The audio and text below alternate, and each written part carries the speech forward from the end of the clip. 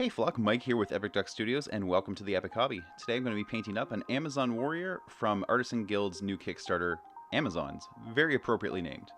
So we've got her here. This is a 3D printed model. I printed this off on an Anycubic Photon using Anycubic orange resin, and I've just given it a quick double spray with a spray primer. Now you can see this primer actually went on a little bit wet and coagulated into the grooves a little bit. That doesn't really hurt the detail at all. We're not going to have any trouble painting this miniature, but it just doesn't look great on camera. But we've got a good solid coat of primer, and that's really what matters. It's pretty obvious that we've got a good coat because the Anycubic orange is very, very bright, and we would know if we missed anything. So I'm going to be taking some cues from two different sources as I paint this piece. I'm going to be using Wonder Woman's color palette for the skin and clothing.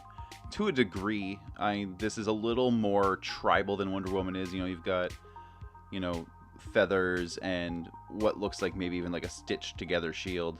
And there's definitely, some tearing, like this is maybe just, a loose piece of, maybe skin or cloth. So, it's not quite as ornate and detailed as, Wonder Woman's garb is. But I'm also going to be taking some cues from Darkest Dungeon. It's a PC game with a very distinct, very dark comic book kind of aesthetic, and I'm going to be working that into this model as much as possible. I really want this to kind of look like an Amazon warrior that could be placed in Darkest Dungeon. So that's what I'm going to be working towards, and what that means is I'm going to start with pretty colorful base coats, and then I'm going to work in a lot of black ink to get that Darkest Dungeon look. So without really a lot more preamble, let's get started on those base coats and some highlights. What I'm going to do first, a significant portion of this model is bare flesh. So we're going to be really sloppy here, and I'm actually going to dry brush the flesh on.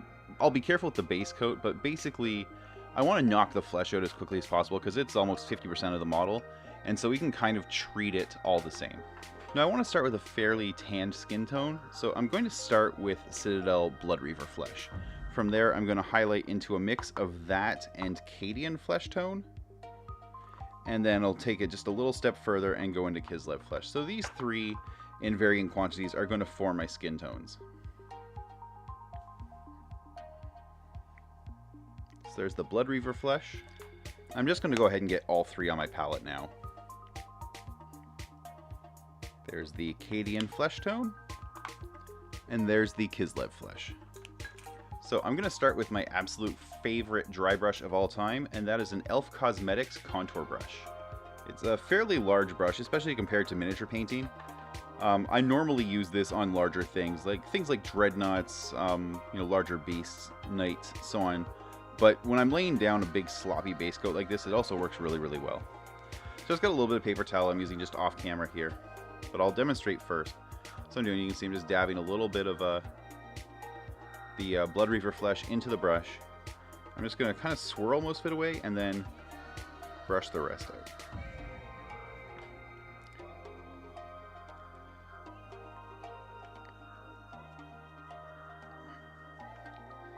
I'm just going over the whole model with this. Now the holder I've got the model mounted to here is a hobby holder from Game Envy. And I'm using their new cork inserts. These are actually really great. They just slide in and out, but hold quite firmly. I actually like them even more than using bottle caps with the hobby holder. You can find those at gameenvy.net/epicduck. Now there I didn't even really dry brush. I just picked the paint right up off the palette with this, and I'm just more or less just smudging it on. And that's fine for the base coat. It's not something I'll want to do later on when we get into the finer colors, but it doesn't hurt much at this stage. Right now coverage is key. Now there's some parts here, I can't really get this brush underneath here, for example, or inside this arm. So there's a few areas here I'm going to want to just hit up with a more traditional brush. Now we're just going to come into those spots I couldn't quite reach. Like I say, we can be really, really sloppy with this base coat as long as we make sure it's not thick and chunky. Like we're aiming for opacity. We don't want to leave it a little translucent, but we don't want it so thick that it starts to cloud detail. Now this miniature was actually incredibly easy to print. It required almost no support, just the way it's built. I really just had the support a little bit here and a little bit here, And the rest of it more or less supported fine up through the legs. And of course, one support on the bottom of the sword and a couple on the bottom of the shield. But I think in total I only had 8 supports on the whole print. Now keep in mind, because I'm doing this Darkest Dungeon style, I'm going to be bringing a lot of black ink in, especially to the shaded areas. So if I miss a little bit sort of like in the hip here and so on, it's not really too important because ultimately it's probably going to get covered in black ink anyhow in those deeper areas. So one thing that's really kind of fun about the Darkest Dungeon style is that none of the characters have their eyes painted. It's just a deep black well. And that's actually really, it makes for a very unique take on the model. But it's also great if you're one of those people who just hates painting eyes. Now, I usually like painting eyes. I don't really have a problem with them. But I also acknowledge that they're one of the hardest things to do well on a miniature. And so it's kind of neat that there's, you know, sort of a painting method that just allows you to more or less omit them. Okay, so now I'm going to switch back to the dry brush. I'm just going to load up a little bit of the Cadian flesh tone. I'm going to blot most of that away. And we want to just make sure we're getting very, very small amounts of it coming off the brush. So like it should be barely tinting my thumbnail. And we start just kind of brushing down with it. Oddly, I think the dry brush is too wet. I rinsed it recently, and I think there's still a little bit of water in it. So I'm just going to push it out a bit. Just beat the brush. Bob Ross it a little bit. Beat the devil out of it. Okay, so let's try that again. I'm going to start. There we go.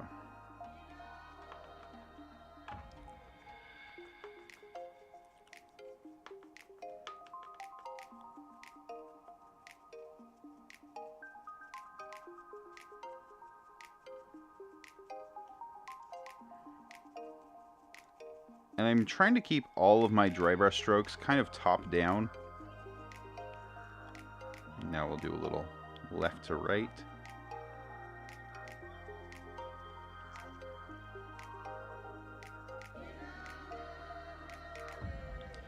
So now I'm going to switch over to just some regular brush work. We're going to get rid of the dry brush now. I'm just going to come in with the Cadian flesh and just paint in some manual highlights. I want to, like, for example, pick out the you know, basic details of the face. Because, you know, dry brushing the skin tone on does go on fairly translucent. It does, you know, allow a lot of the base layer to show through.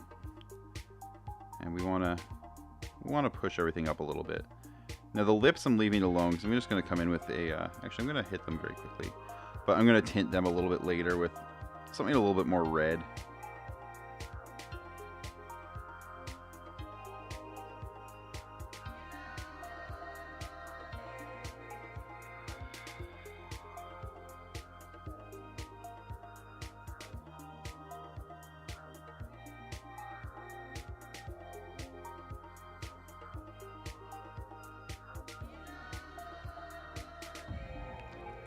So compared to my normal sort of approach to comic book style, Darkest Dungeon has a little more of a, like a gradient to the colors. The base coat, sort of if you look at the Darkest Dungeon artwork, if you sort of strip away all the black lining, the Darkest Dungeon stuff actually looks a little bit watercolory. You know, there's some very subtle changes in the colors within a layer. There's a lot of shading happening. And we can use that to our advantage because it means that, you know, we can sort of paint the model, I guess, in a more sort of traditional way. You know, do you know, more of the kind of shading we're used to doing as opposed to the more flat sort of comic book style shading. And you can see, you know, these coats aren't perfect right now. There's definitely some holes in the coat, and that's okay. We'll come back to those and just sort of hit them up as we go. I am purposely leaving some darker areas unpainted.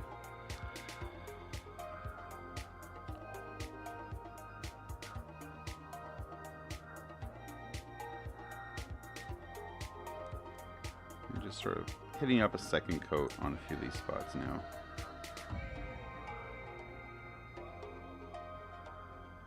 So the thing to always keep in mind is that, you know, the heavy black that's going to be coming in later is going to cover up a lot of models. So, like, for example, I didn't bother painting the inside of this leg. And that's because I'm going to just ink that black to create the illusion of an outline across the model. And so I don't really need to spend any time highlighting something that I know I'm just going to eradicate with a big swath of black ink.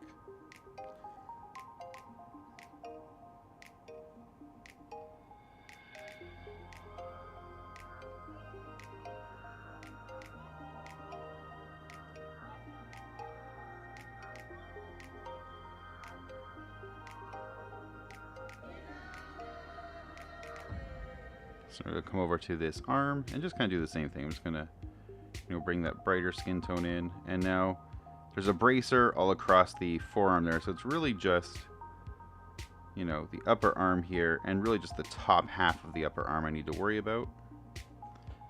Maybe a little bit right in here as well.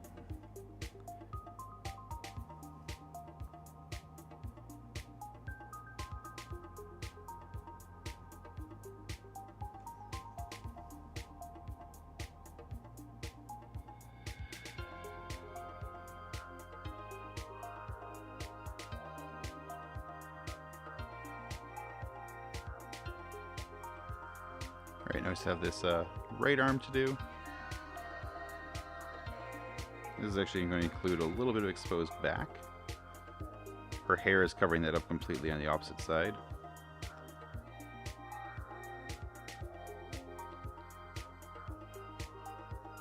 Just a little bit of the back of the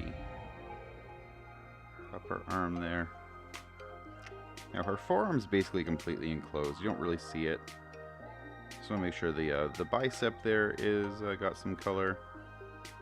And yeah, the forearm both has a bracer and what looks like a strap sort of holding the shield in place over it.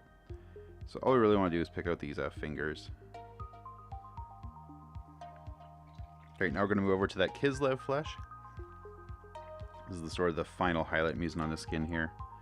I'm going to start with just a little bit of it on the forehead, tip the nose, and a little on each cheek. Maybe a tip on the chin too. Now we don't need a lot of this because it is very much like an extreme highlight, and we're not doing a lot of that. It's meant to be sort of a darker appearance. But we want to make a little bit of depth in the skin, so we're going to add just a little bit of it here and there. And kind of like in a bit of like a sketchy style. It doesn't have to look smooth.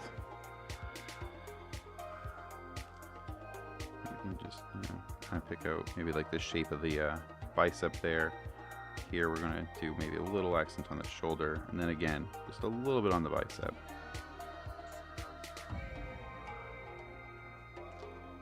And here we're going to sort of follow the back of the shoulder. A little on top of the hip here. Maybe the back of the calf. Thing is, so I mean, we're sort of, in a way, we focused a light on the front, kind of in this general direction, right? Kind of coming down. But because a miniature has to look good from all angles, you sometimes just need to envision a second light, or a third light, or, light not really coming from anywhere in particular. Sort of just an ambient, like, think of like a nice overcast day where just everything's kind of got a good little bit of light coming from above it, but you can't necessarily see the sun, and that's okay.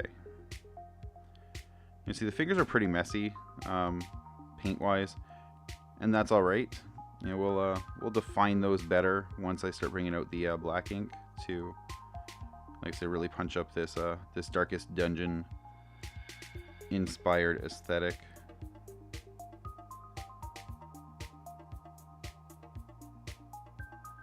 And over on this leg, we'll little highlight over the kneecap. Don't really need a highlight in here because there's a very shadowed area because of the shield there. So just the back of the thigh, or the back of the calf, and we've already done the back of the thigh here. Now, with miniature painting, you can cheat and kind of put highlights where they don't really belong. So I want to accent the curvature of her spine a little bit by just adding a little bit of a highlight, even though physically it doesn't make sense. And I mean physically in that physics would not cause light to kind of bend that way. Not, it doesn't make sense as part of her body, but that doesn't make sense in a, you know, ray casting sort of way. So I'm actually going to just put a little bit of Kislev, or a little bit of the Cadian flesh back in, and just so it doesn't look like, you know, there's a seam where her spine is. We don't want it to look that extreme. Alright, so now we're going to start working on clothing. So that's going to be red, blue, and gold, basically. So for red, I'm going to actually start with some Citadel Corn Red, and we'll build up from there. So I'll build up through Corn Red, then Mephiston Red, then Evil Sun Scarlet. And I don't need a lot of this color.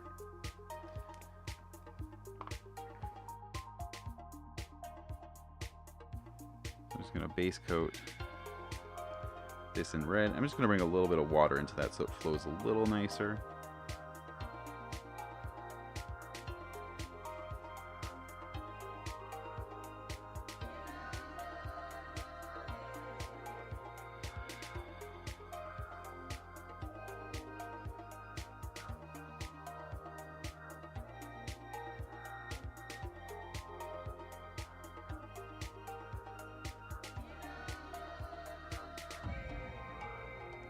I'm actually going to use the red here across this strap on the back as well.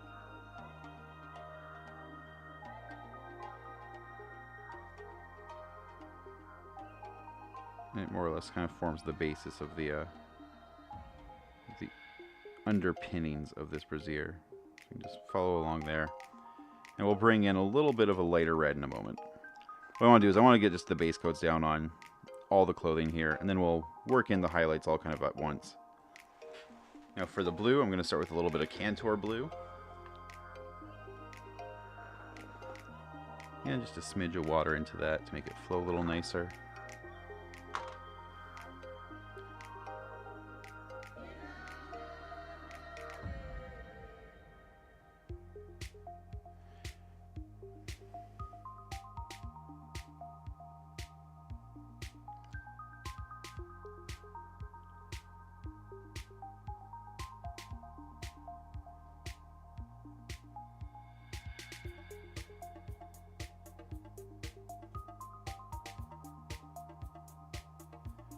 Now, because her sandals are actually just a plain sort of leather wrap, I don't really want to do them in red. It doesn't really feel appropriate. So I'm going to probably just do them in a like a simple brown. We have a couple other details, like the strap on the shield that will match it. So we'll tie those all together. This little bit here actually feels very torn. I think it actually would work best as an animal skin, but we've chosen a color scheme and I'm going to stick with it.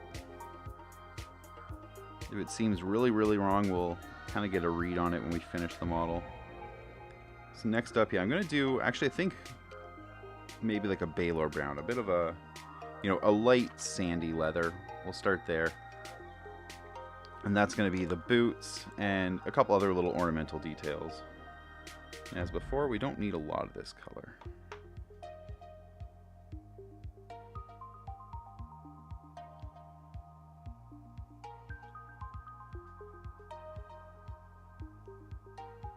Have we done anything quite as complex as these sandals in this sort of Darkest Dungeon style before? I'm curious how they're going to look.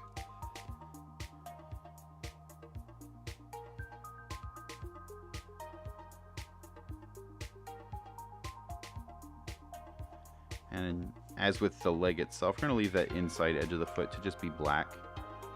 So we don't need to bring these all the way around, but about 2/3 of the way.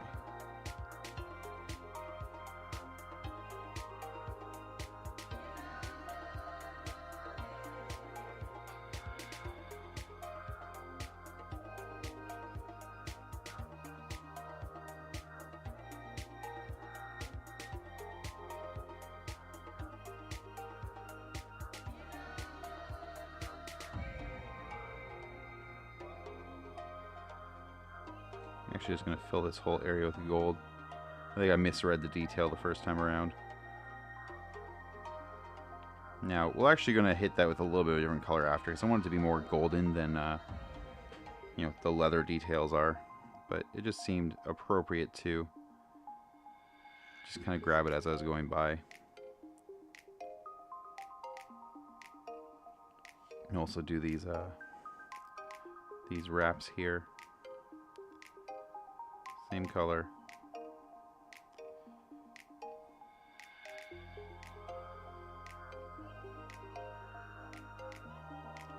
And lastly, the trim here on the brassiere. It's actually going to be gold as well, but like I say, this color might even work as a good base coat for a gold trim. I haven't decided yet.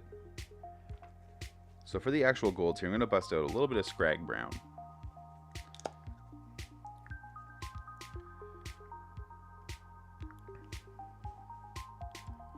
It's just something a little bit deeper, and so I'm going to use that.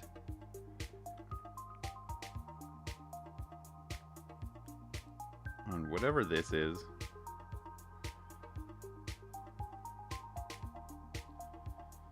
And we'll leave the, you know, the Baylor Brown there up on top. That's fine. I'm just going to use the Scrag Brown here for the hilt and pommel on the sword.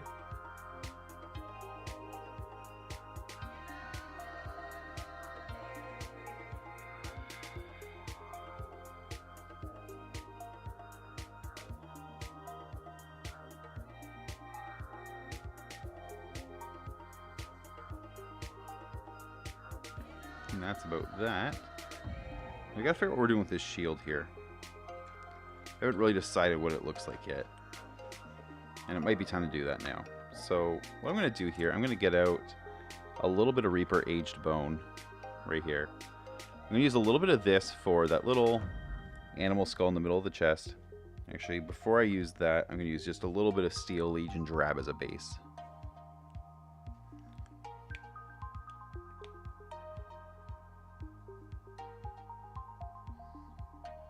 Which is not a whole lot different from the skin tone that's already there.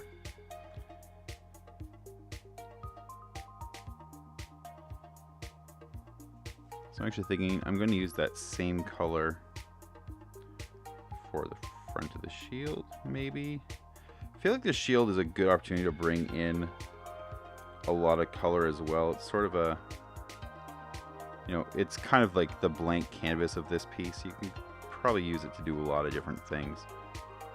So just going to leave that to dry. Now what I want to work on next is the hair. And I actually want the hair to be a fairly deep black, but we can't just go ahead and paint it black and then throw black ink on top, because you're just not going to see anything. So what I'm actually going to do is I'm going to start with some Citadel Xeris Purple. And we're going to use that as our base coat, but we're going to bring in a lot of the black when we get to the black inking step. So it's still going to very much read as black when it's done. I'm going to move to a bigger brush for at least part of this, because, you know, the purple is, or rather the hair is a very large volume on this model, and so we can work in the bulk with a bigger brush and then just switch to a smaller one to kind of do the areas that buttress up against other colors.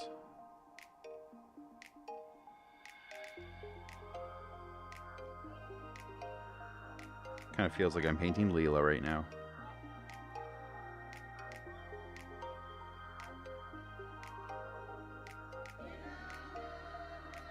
Alright, now we're going to move to that smaller brush.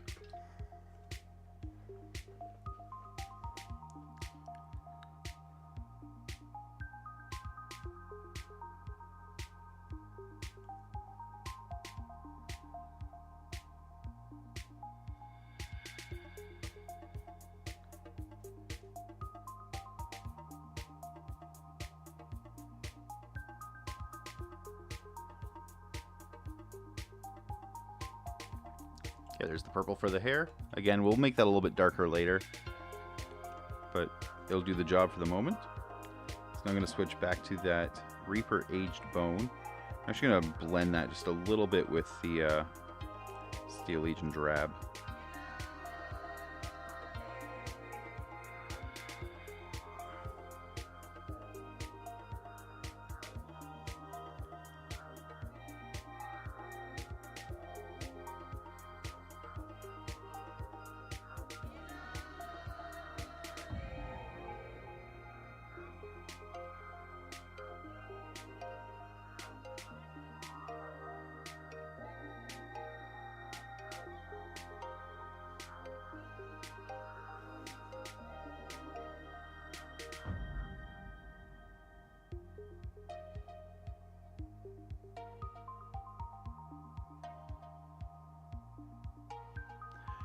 Gonna work in these feathers now. I'm gonna just use them as a little place to bring in a splash of color. So I'm gonna actually do them in turquoise.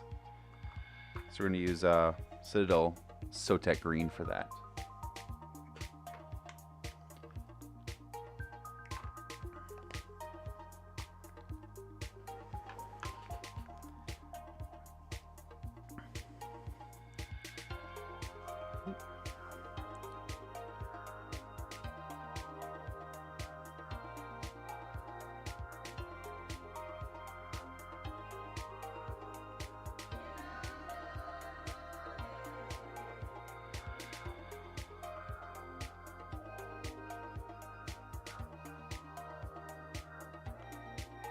There we go. So I'm going to grab just a little bit of a dark gray, specifically Citadel Mechanicus Standard Gray. I'm going to use this to base coat the sword and probably the back of the shield as well.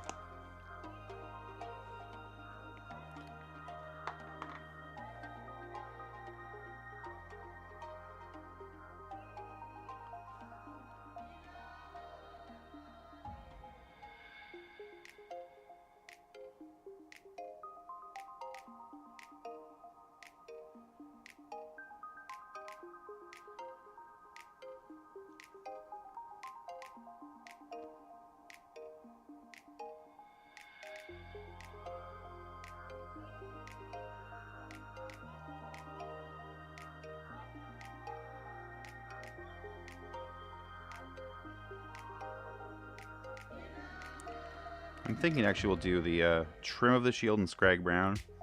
Just make it a little more decorative. So that's our base coat color for our gold.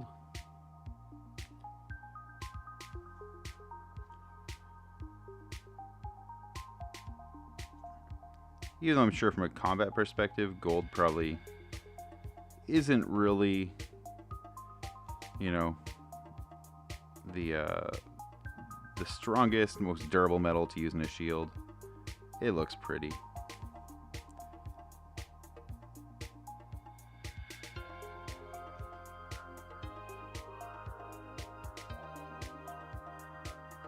Just gonna take a little bit of the aged bone. It's practically a white. I'm gonna mix it into the Sotek green and just make a little bit of a highlight for these feathers.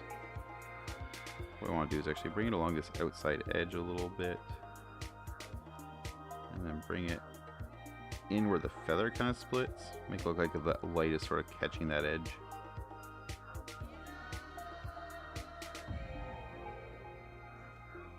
So there's actually all these little bits here. You can actually treat them like they're like a rope or a leather strapping kind of holding these planks of the shield together. So we're going to hit those with the same color, the Baylor Brown we used for the leather bits. Right, so at this point everything's base coated, and some things we've even taken a little bit further than that, except for apparently this edge of this sword. Oops. Oh no, I missed the bracer over here. We're gonna do that in just this plain metallic as well. Not that it's a metallic, but it's the basis of our metal colors, so it kind of is metallic by proxy. Alright, so with all the base coats done, I'm going to start doing some detailing. First, I'm going to just come in with some Averland Sunset and just hit up the gold areas, make them a little more golden. This is this Citadel Averland Sunset.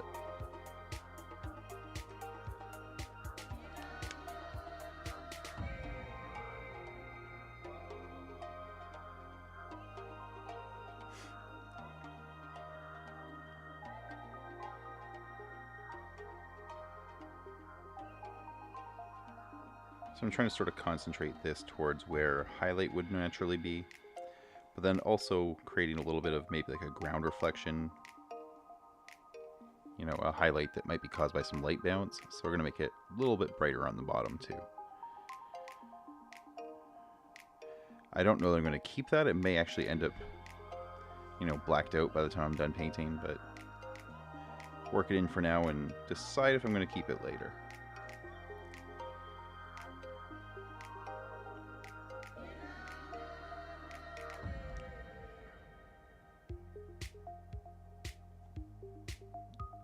So same thing here, I'm creating a little bit of a highlight where there might be a little bit of a reflected light coming in. The sword's just a little bit more detailed. So you can kind of take some different liberties with it. But ultimately you just need to make a couple sort of focal points for the light. The great thing about emulating a comic book is the lighting actually doesn't really have to actually make a lot of sense.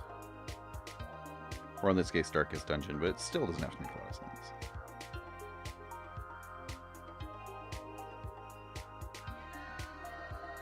And I think that's it for gold highlights. Yep.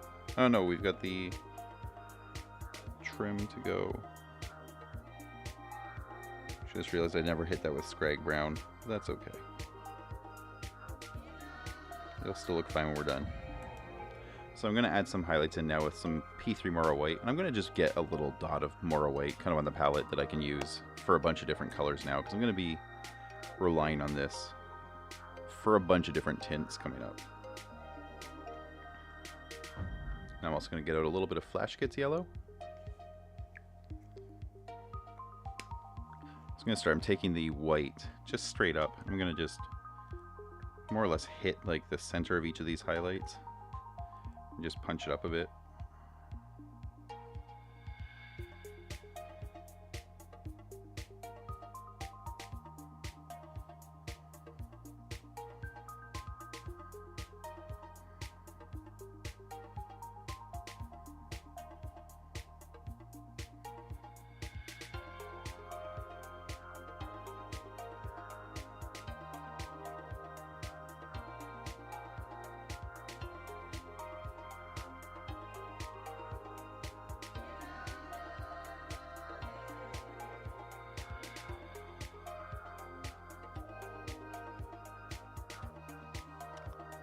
So I'm just going to take the Flash Gets Yellow. I'm just getting a little bit on the end of the brush here. Flash Gets Yellow is a fairly translucent color. It doesn't go on too opaquely, so we can use it to sort of just tint a little bit of that white and just make the gold look a little more vibrant and golden. So you see, I'm just bringing a little bit of it just kind of towards the outer boundaries of the white spots. Now with this sword, because it's a little bit, you know, smaller, more concentrated, I'm just kind of going over each of the spots. I'm not really worried about sort of blending it out. There's just not really that much room. Just bringing a little more water into it again, and we'll hit up the shield here.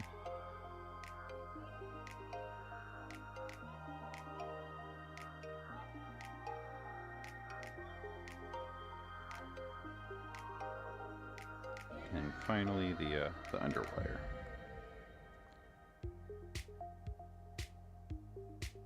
So now we're going to move on to highlighting the blue, and I'm going to start that off with some Citadel Calidor Sky.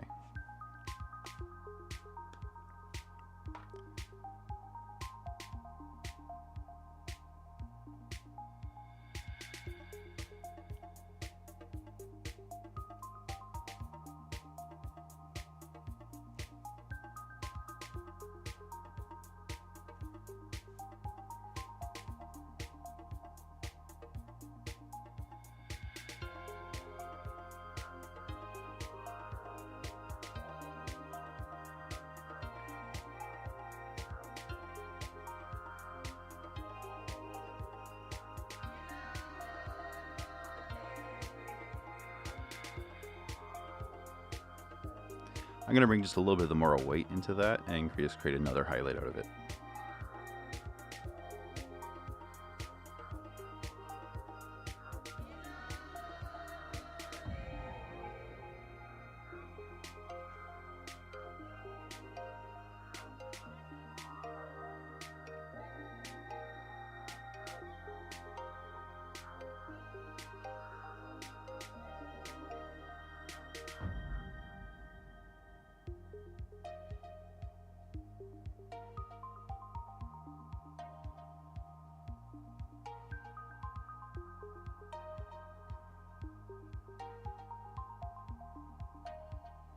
And we're just going to repeat the same with the reds. So I'm going to bring out some Evil Sun Scarlet for a highlight.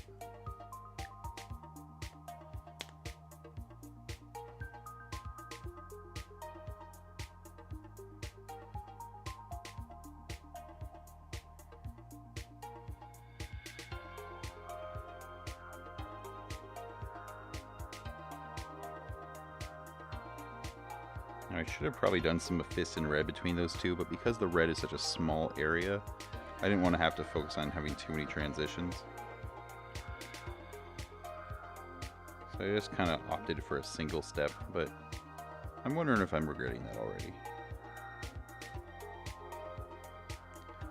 Honestly, I think once all the ink is down, it's going to be fine, so I'm going to leave it as is. I've actually still got the turquoise on the palette. I'm going to bring a little bit of the white into that.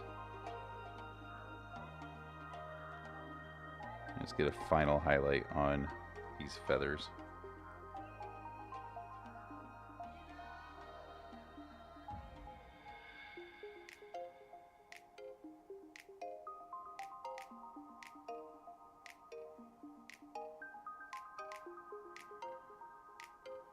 So I'm going to put a bit more of the Baylor brown on the palette and then mix some of the white into that as well.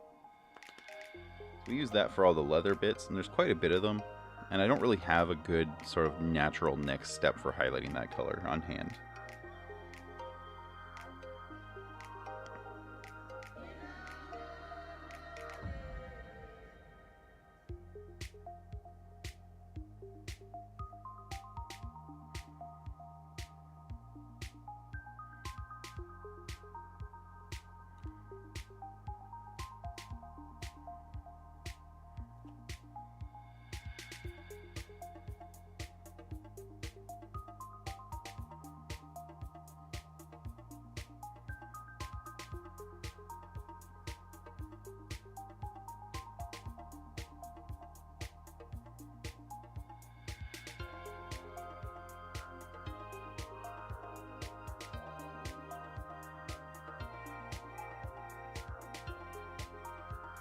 Alright, next I'm going to use a little bit of Administratum Gray to start detailing the sword.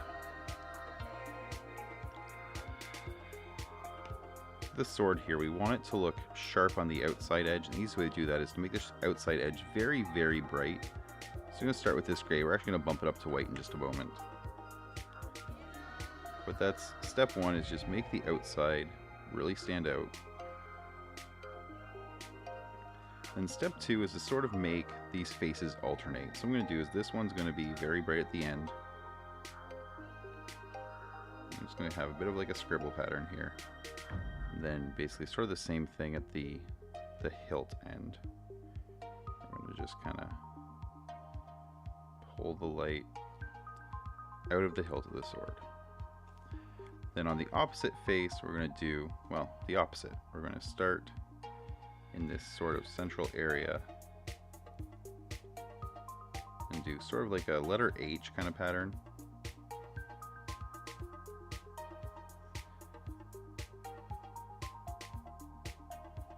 Then bring that out to that outside flat again. And you get this sort of opposing light shadow kind of feel, and it does a decent job of emulating a quick non-metallic metal without the same amount of like study and realism. And then we basically just repeat that with white, just focusing it a little bit tighter. So bring the white right to the tip here.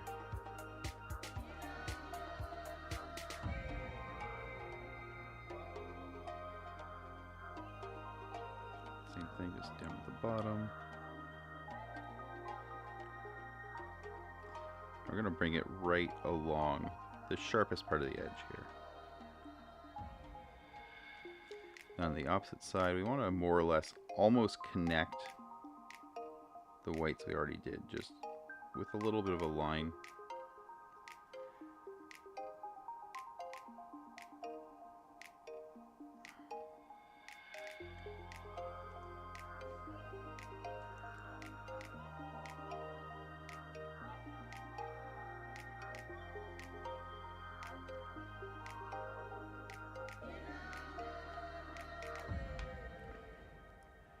One more time, just grab that very outer edge and follow it along with the, kind of using the side of my paintbrush. Alright, and there's the sword done. I was going to do her little vambrace as well. Just going to start with the Administratum Gray. I'm just going to bring it across the top here and kind of across the back. little bit at the front here. What I want to do now is just kind of shimmy this up a little bit.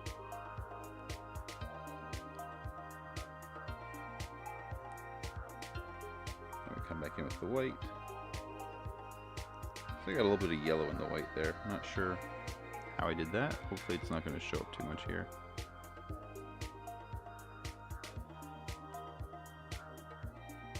Basically using this to do a bit of an outline. And here I'm just going to add a little line of it as if we're reflecting, you know, something in the environment. We can just sort of, you know, make a bit of a bright spot there. The inside of the shield I'm really just not going to bother with at all. We're probably going to black most of that out when we get around to that step. So it's kind of a moot detail.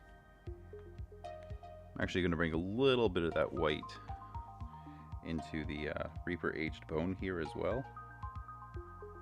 And we're just going to add a couple small touches here.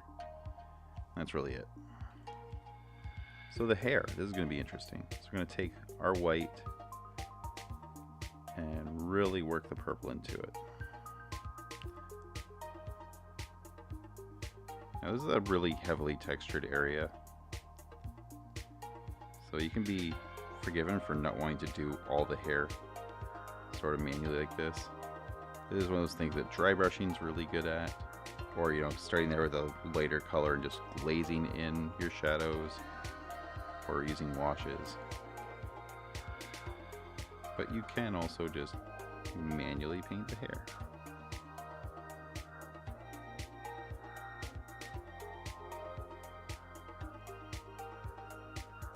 Okay, we're done that. It's time for some black ink. So the ink I'll be using today is Higgins Black Magic. This is a waterproof artist drawing ink. And it has a really nice opacity. I really never have to do a second coat with it. And it just flows off the brush. So the first thing I want to do is just work my way around the model and basically outline details. So isolate things from each other. So for example, I'm going to come in here and just add a black line between her leg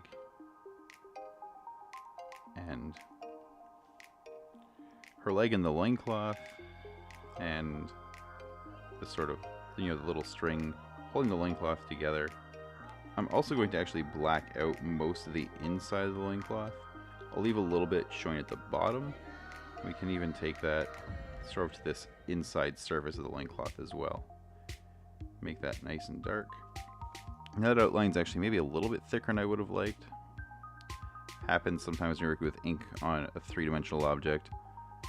You're looking at it and thinking the ink's doing a great job, and then you turn the model and realize you filled a different angle. So it sometimes happens. You can either fix it by touching up your base coats or just by working around it. Just, you know, you can just kind of ignore it and keep going.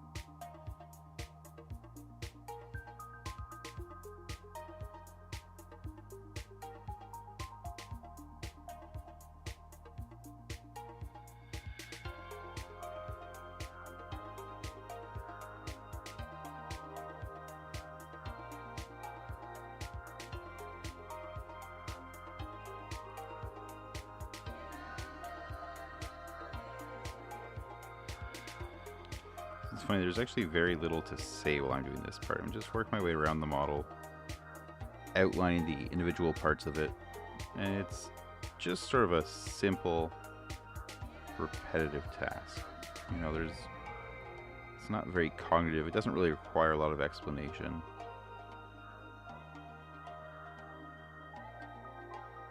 I could probably skip in the video to just this all being done, and you kind of would have a good grasp of what I did. So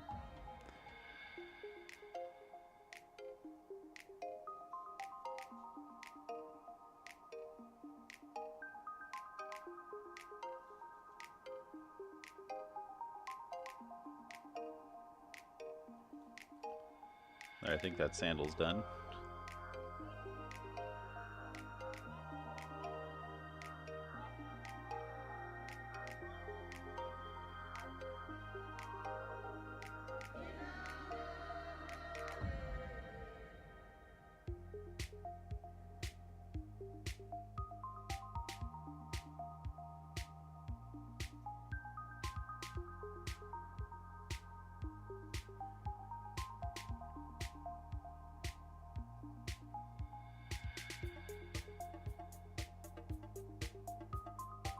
Maybe create a little bit of a shadow there.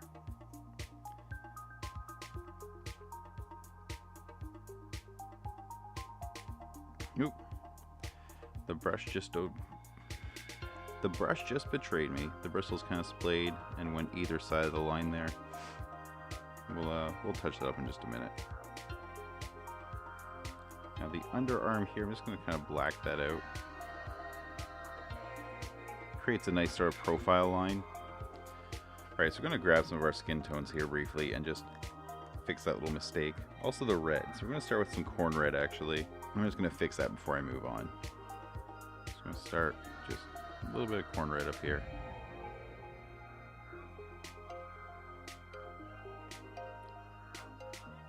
Then we go into our second flesh tone, Arcadian Flesh. Just bring a little bit of that right here.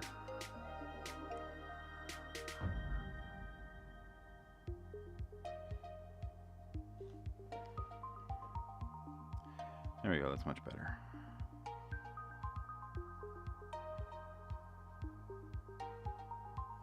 So I'm kind of jumping ahead in my process a little bit because I haven't finished isolating all the details from each other.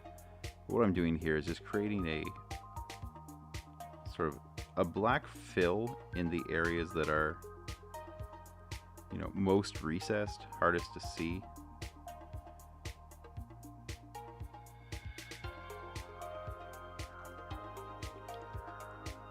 Blacken out the inside edge of that foot. Same reason we black out just about everything else. It's just sort of hard to reach and not terribly relevant, and we want to make a you know, a nice stark transition somewhere.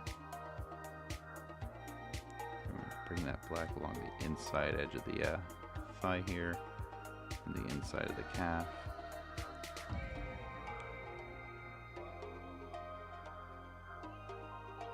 So the idea there is that when the leg is viewed at a certain angle, you get the appearance of a black outline around it.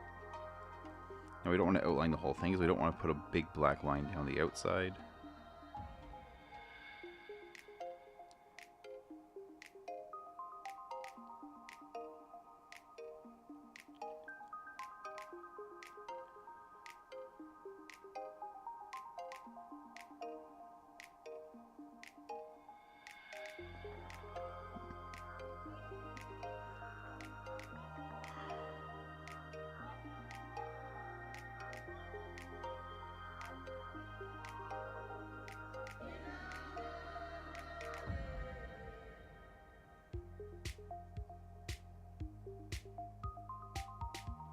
So we just keep working our way around the model. Just continue to do the same thing, just, you know, adding black lines between adjacent details to make them distinct, and, you know, working in deep black areas and shadows to create more of a sense of volume and sort of separation between different entities.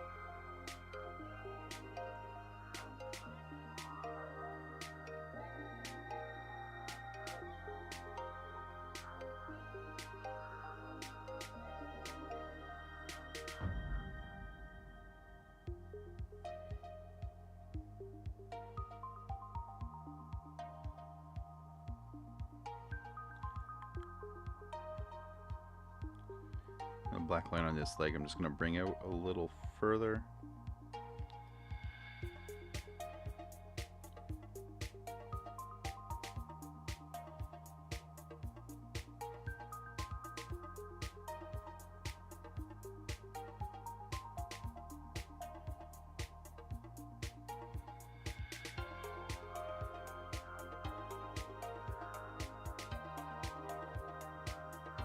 So I'm going to bring a little bit of the black into the blade here, just sort of opposite to what I do with the white, right? I'm going to bring the black into the middle of the dark gray parts. And apparently accidentally cross onto the bright side of the blade too. So we'll have to touch that up in a sec. Thankfully we still have some white and some light gray on the palette, so that should be pretty easy to do.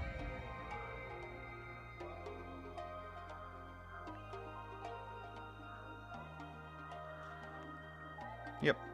Okay, back to our black.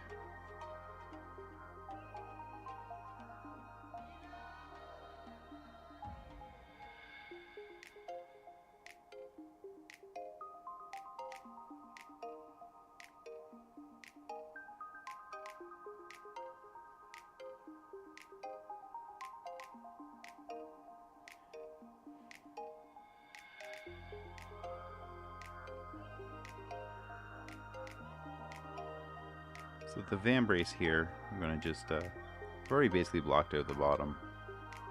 Just going to bring that forward just a little bit further, and then just to kind of counterpoint that bright spot, we're going to just make a little bit of like a dark traversal here. So just going to bring a little bit of the dark up.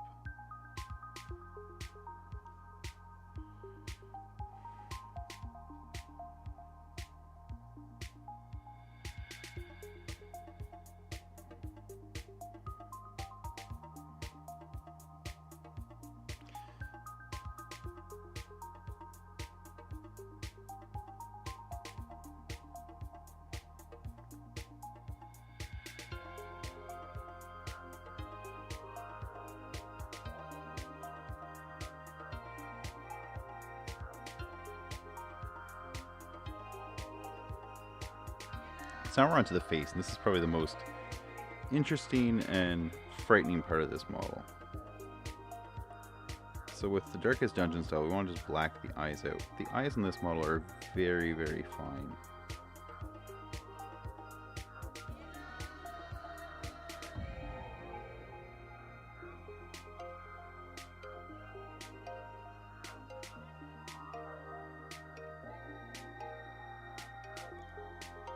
Sort of just underline the nose there.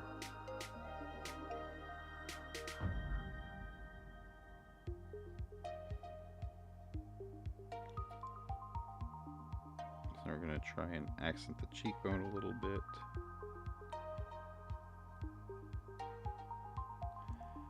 Same on this side, even though there's almost none of it to work with, just because it's set in behind the hair.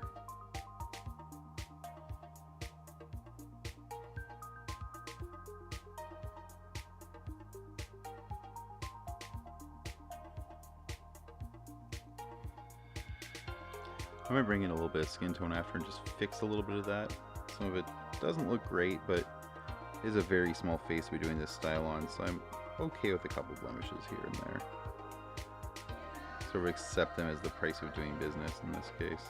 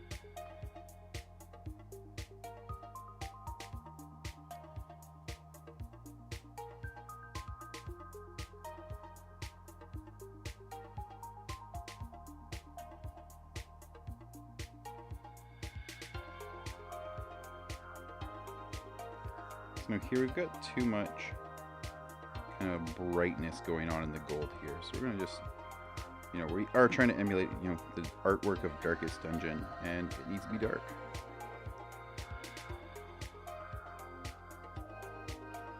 So we can, darken up the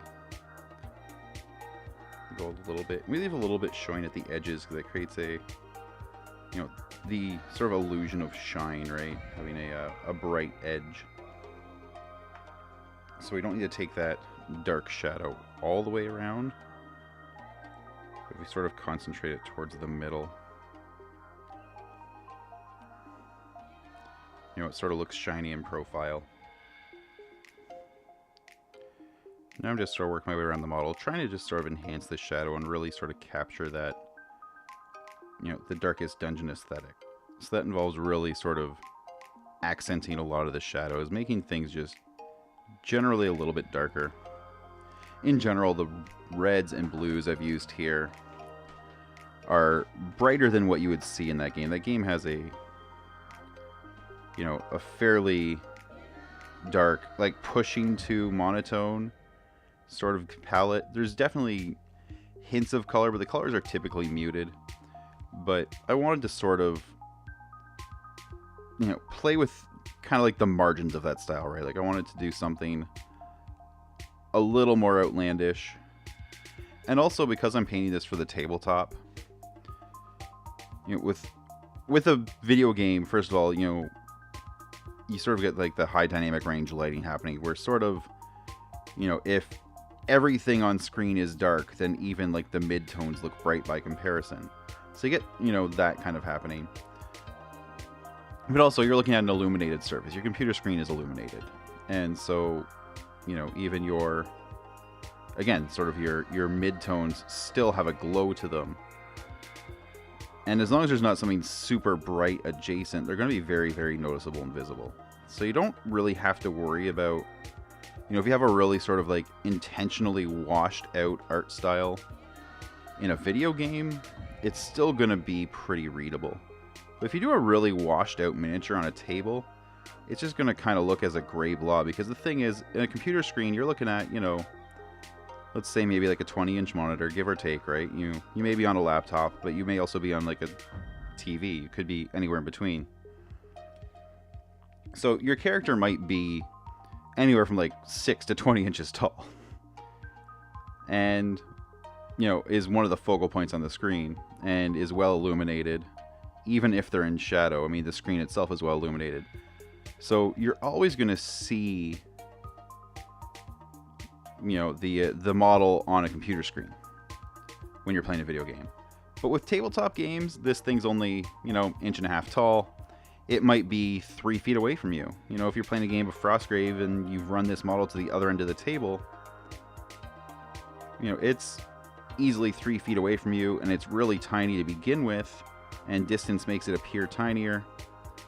And suddenly your colors, if they were really monotone and washed out, the model just becomes sort of like a shapeless gray blob. It, loses its sort of uniqueness just because it becomes very, very flat and desaturated.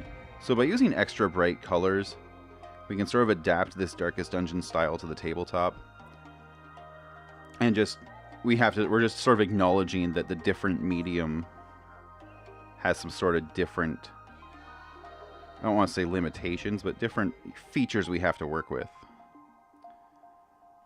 Now I wish I hadn't quite curved that so much. I wish I'd pulled that in just a little tighter here. The hair here is actually really tricky to do well in this style because there's a lot of it. It's a very textured surface. What I'm trying to do is just sort of isolate each of these. They're sort of like braided clumps. And I'm just sort of trying to create the illusion of, kind of some chunkiness to it that isn't quite there, but I think plays into the art style better. These are actually, pretty smooth. I'm trying to sort of build more shadow into them than there really is. That's one of the great things we can do with black ink, is just really define shapes that aren't necessarily present.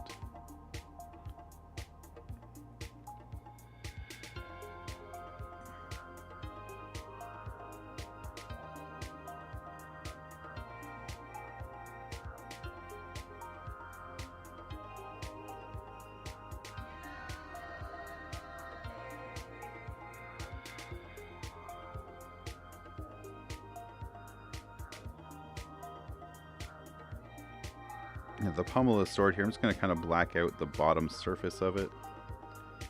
And maybe just sort of a little bit in a corner.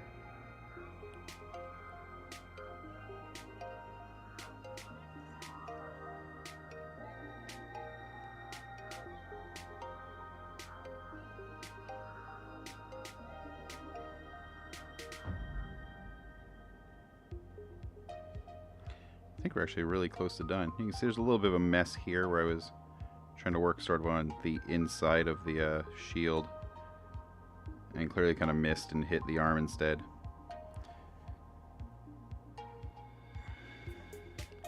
And same here, we just haven't really finished this up yet.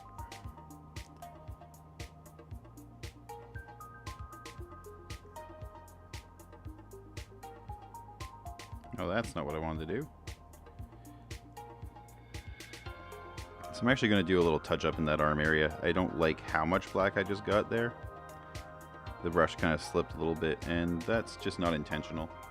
It actually works fairly well into the Darkest Dungeon style, but I still want to just touch it up a little bit. So I'm going to go back to the base coat color of Blood Reaver Flesh, and then get a little bit of Cadian Flesh Tone, mix up an interim color there, and just see how that fits in. That's the issue right here now, is I'm trying to do a spot touch up on an area that's basically already had some shading work done, and that can be a little bit challenging. Before I do that, though, I'm just going to do a little bit more black work, specifically on the feather and shield. So I want to line sort of the... I'm going to call it the stem of the feather. I actually don't know what the anatomical term is for the sort of like rib that runs down the middle of one.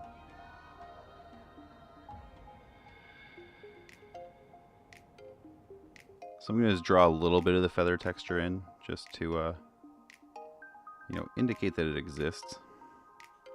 Make it stand out more from a distance.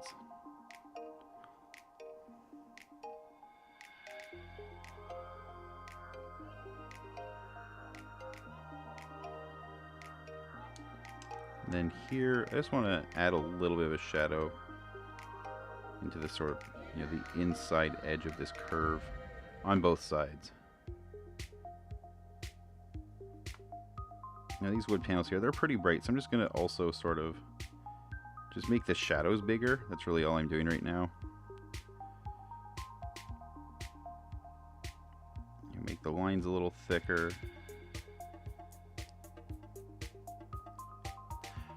Sort of just toning down the general feel of the shield, making it look a little more dark and worn. We can curve those into this bottom surface here a little.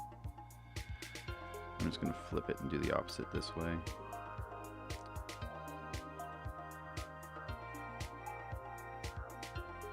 And I think that's already a little more true to the Darkest Dungeon style. It did really bring down the brightness of the shield and make it look maybe a little more beat up.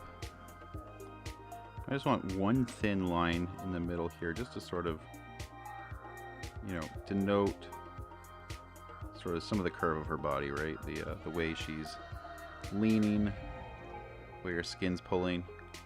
Okay, so I'm going to get those skin tones now for the shoulder. Do a little touch up on the skull in the middle, and then I think we're done.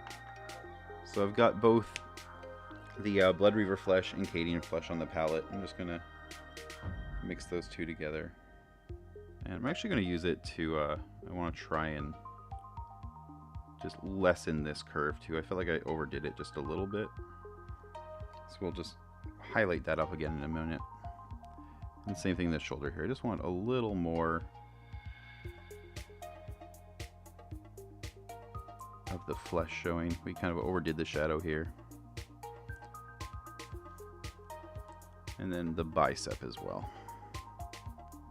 I don't mind having a dark line separating the bicep from the shoulder there.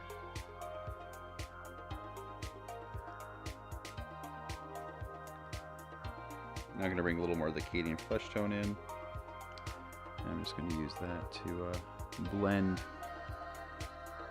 that new little fix back to the rest of the body. I might bust out just a little bit of Kislev to hit right here, just where that highlight was. Just a little bit of pure Acadian coming up to here.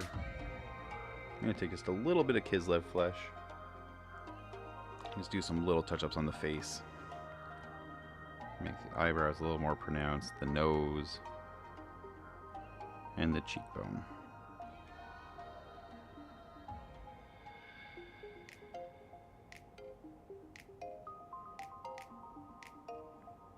And just right here where I accidentally blasted away that highlight a little while ago. Okay, so finally, we need to put this piece on a base. That's really how we end this story. So I'm going to get a flat base and get that painted up. Alright, so I've got the Amazon mounted on a base now, and if you're curious how I painted this base, that video is available on my YouTube channel. What I just want to show you, the last thing I want to do here is just bring some black ink around the model's feet to create an outline on the base. This is just a matter of just circling around the feet. And sometimes you have to slide the brush just a little bit underneath the foot, because I do have these models on pins, and sometimes the pins do just ever so slightly elevate the models above the base. You want to make sure that there's not, some lighter color kind of showing in profile under the foot, because then it looks like the model's floating, and that's just super weird. And this sort of outline just helps stand the model out from its environment, right? Helps keep it separate from the base. So in this case, the colors are pretty distinct, and there's not a lot of chance of that. But if you had, brown sandals and a brown base, this line might really help just distinguish the two parts, so things will just kind of blend together seamlessly. Alright, and there's the completed Darkest Dungeon style paint job on an Artisan Guild Amazon Warrior. Hey, thanks for watching my video. If you enjoyed that one, please hit like and subscribe, and don't forget to hit the bell icon so you get notifications when I post new content in the future. If you want to take your support even further, you can do so at patreon.com/epicduck. Every little bit helps me keep the lights on and the paint flowing, puts new models on the table so I can make interesting videos, and most importantly, keeps a roof over my family's head and food on the table. Honestly, Patreon is what makes doing this every single day possible. You can also catch me 6 times a week at twitch.tv/epicduckstudios. I'd really love it if you came by to watch my show sometime and clicked follow. A big thank you to everyone who has supported my stuff, both past and present, over the years. It's been a wild ride, and I couldn't do this without the fans and all of the wonderful flockers out there. The hobby community is just an amazing group of people, and you make this worth doing. So let's keep doing this together for years to come. Thanks again for watching, and until next time, do something epic.